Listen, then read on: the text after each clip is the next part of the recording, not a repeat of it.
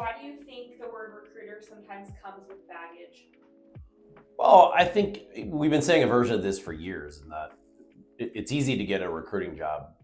San Diego is a transplant city. You get a lot of people that either go to college on the East Coast or start their careers on the East Coast or the Midwest or somewhere cold in the winter, and they don't want to live there anymore. They want to come to sunny San Diego, right? It's easy to get a recruiting job, right? And I think you push square pegs through round holes to get deals done when you don't really care, right? And to your point, we've always cared. We've always, it's a career that we've made out of this. Yep. It's now 20 something years that we've been recruiters, right? Yeah. I think the thing that bugs me the most is I still introduce myself sometimes at networking events, and they say, "What do you do?" And you say, "Oh, I'm a technical recruiter here in town." And it's a palpable feeling. You can feel the mood change, and it's almost like we're viewed as a necessary evil. And I don't believe that. I think our core clients that we love the most, that we've been doing business with the most, our favorite ones, have always viewed us as a partner.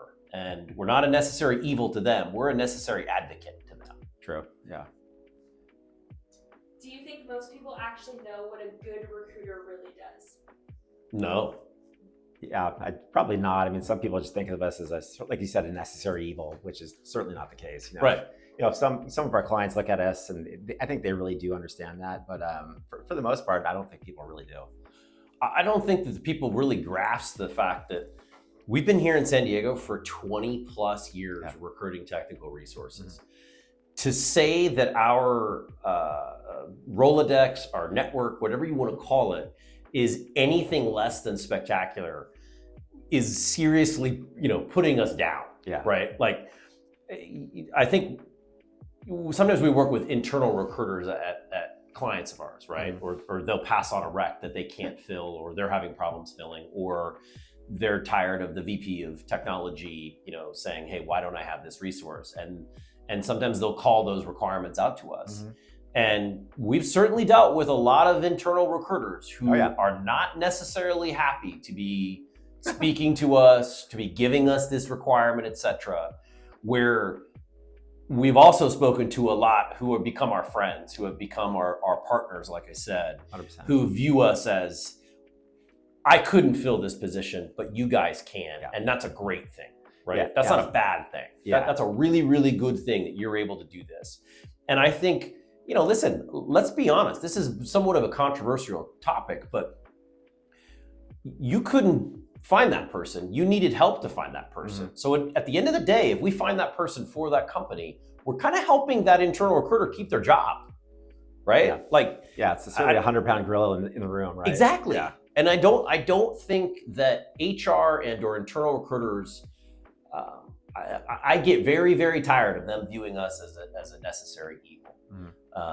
And it, perhaps that becomes some of the stigma amongst recruiters or the stigmas that recruiters have, because internal departments view them as, oh God, we got to go get a recruiter to help us fill this role. Where you shouldn't be saying that. You should be advocating like, hey, we can't fill this role. Like, let's go hire two professionals that know people in town that have been working here for 20 years.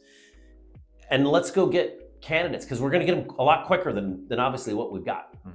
Yeah, I love the term that you always use, Chip, is, hey, reach out to Chip and Devlin. Those guys know where the bodies are buried. So we do. And it's a matter of fact that we do. And, I love partnering up with internal talent recruiters or internal IT recruiters, and they come to me and they ask me for advice. They run names by me, right? They run resumes by me sometimes. Hey, have you heard of this guy before? Do you know this person at all? And sometimes I say, you know what? Yes, I do. Thumbs up or thumbs down. So it's funny how the tables get turned like that sometimes. And we have a very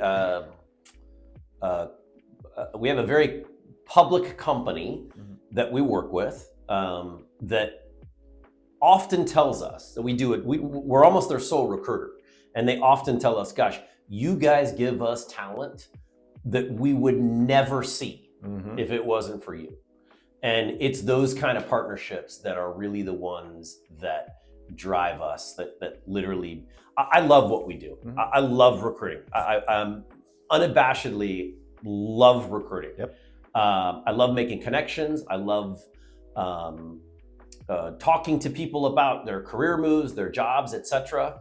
And for the people that don't get their jobs, Down the road you will. right? That's Exactly. right, yeah. Exactly. Uh-huh.